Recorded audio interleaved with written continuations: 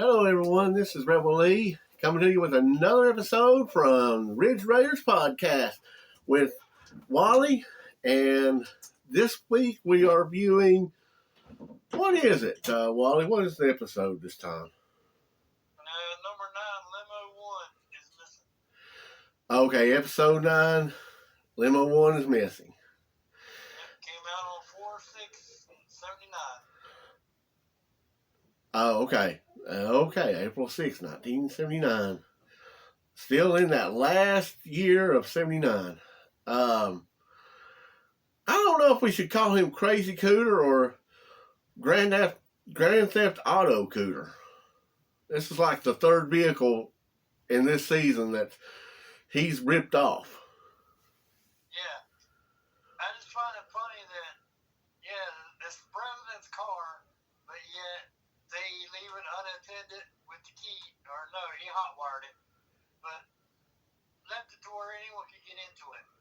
Exactly. Just so easily. Then unlocked and everything. And then they all in there, well, who's watching the car? And then all of a sudden he takes off. And obviously you do not need a key for any vehicle if you just know how to hotwire it, because best of my knowledge, nobody that had that car had the key in theory, because he hotwired it and then it ended up at the Duke farm. Then they had to hotwire it, put gas in it, and send it over to the other farm. And then from there, hotwire it again. And then the crooks. Yeah, it just was like a whole lot of, just that the car was always hotwired. Yeah, this is true. So, I don't know. That one kind of was like a far-fetched to me. But how did you like that Cooter had no problem putting it in the Duke's barn, but when he put it in the other guy's barn, oh, he might not like us doing that. Yeah. Yeah. like that was bad. I had to push it this far. Yeah. As far as I could push it. That was slick how they got past Enos. Pushing it out the back door, and then, oh, you better check around the back, and then pushing it back in. Yeah. He had one job, to look at Daisy's tail, and he failed on that too. How does anyone fail that? I don't know, but he did. Remember, that's what Roscoe said, and he's like, oh yeah, I can do that, and then he lost her. Well, what'd you think about this episode? This was a decent episode. It's still not as family friendly as I remember them trying to be, but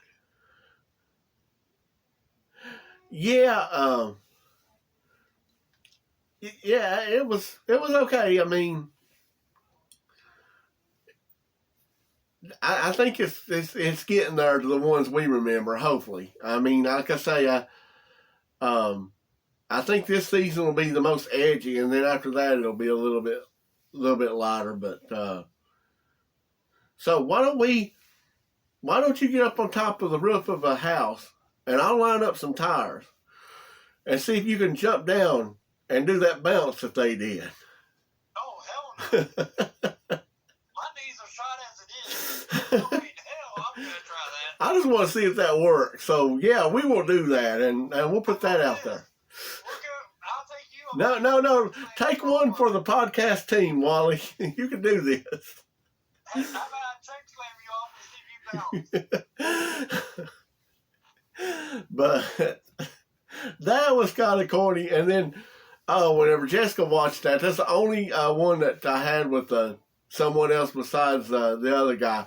When she looked at it, she laughed so hard with them trying to act like they were hiding in the weeds, and they were like 5 feet away from the guy at the gate. They could almost like wave at each other. And that's like everybody driving with no seatbelts on. Yeah, I don't think it was against the law at that time.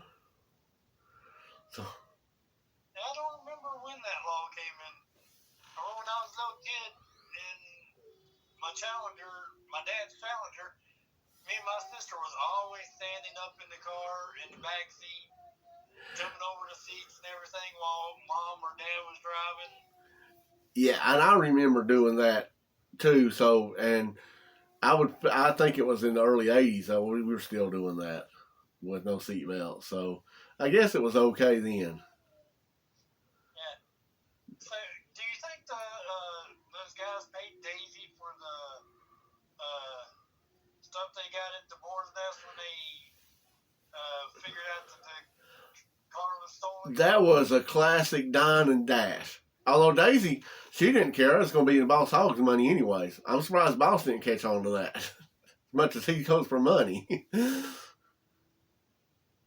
like they changed that sign to where they're going down to a dead end. They got down there and you looked and there's a right and left way to go. Yeah. Yeah. There was a comment made about the we're going to be picking peanuts because Jimmy Carter was I guess he owned a peanut farm and he was president at the time, so they threw that in there. We don't get that car back, picking peanuts. Yeah, how'd you what about them the destruction in this one? Well, first of all, the trespassing with the guy putting that in that guy's barn could have got him in a lot of trouble if the law actually caught it there. Was one thing. Got two cop motorcycles that got put in the river or in the lake or whatever. Oh yeah, yeah. And I don't know if you caught on to this right here. Boss had already told them about that car. And said because he went to the shop first and told them about that car, and the idiot still took it there to chop it up. Yeah, and they were in the process of doing it too. Yeah, and also it was an abandoned place, so why didn't it register to that guy whenever Daisy came up there with the car? First of all, we have bushes over top of this gate where nobody can get in. How did you get here? Yeah. You would think that would. Like what? Boss also threatening to leave Lulu again if Roscoe messed up one more time. Yeah, I think he was going to be ended up at the drive-in theater or somewhere if he. But I like I say, there was some moments I thought was pretty good. Some funny parts to it this time. It wasn't the worst one we went through yet. Yeah, and did you notice that the one guy that went out to chase after Daisy, he left and left the lock undone. But then it shows in one of those scenes after that Jesse and Cooter having to undo the combination lock. I thought it looked like I thought he did lock it back. I don't remember seeing him lock it back. I thought he did. Go back and look, but Yeah. I thought he did, but the thing that got me was that they used the dynamite, but it only blew up the doors. I would think that would have blew up that whole building, especially with all the stuff that they had in there. It was flammable. I'd say so. I would think that would have went up in smoke. And you, when they both swung into the barn, how much safety you think was rigged up when they did that? I don't know. Those wasn't all that graceful. Luke looked like he was just professional.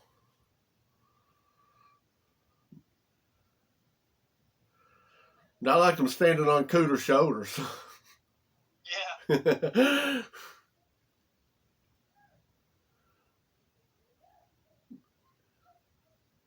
But yeah, 1979. I mean, I guess this was, and it wasn't meant to be like the shows are today anyway. So can't fault them for a lot of the stuff we're ragging on them about, but it's still fun to do. The very end of it, they didn't invite the president to the farm because they didn't have enough places. Hey, there's a lot of people out there that understand that.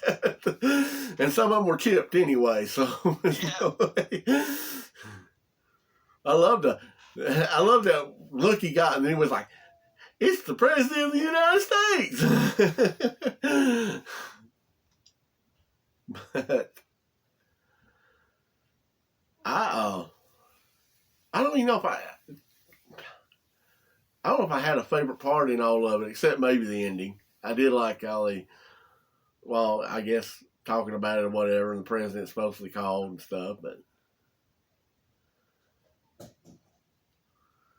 yeah, got anything else to add for this one this week? No, I think that's about it. Okay, we're going to wrap it up there.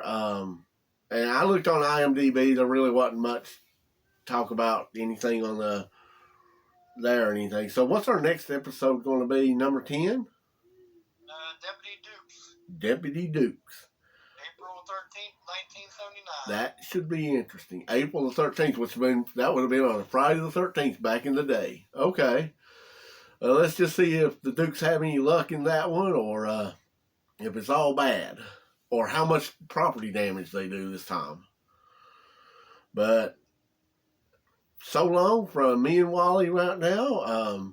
Thank you for watching another episode of the podcast, Ridge Raiders, and remember, keep it between the ditches, and yee-haw!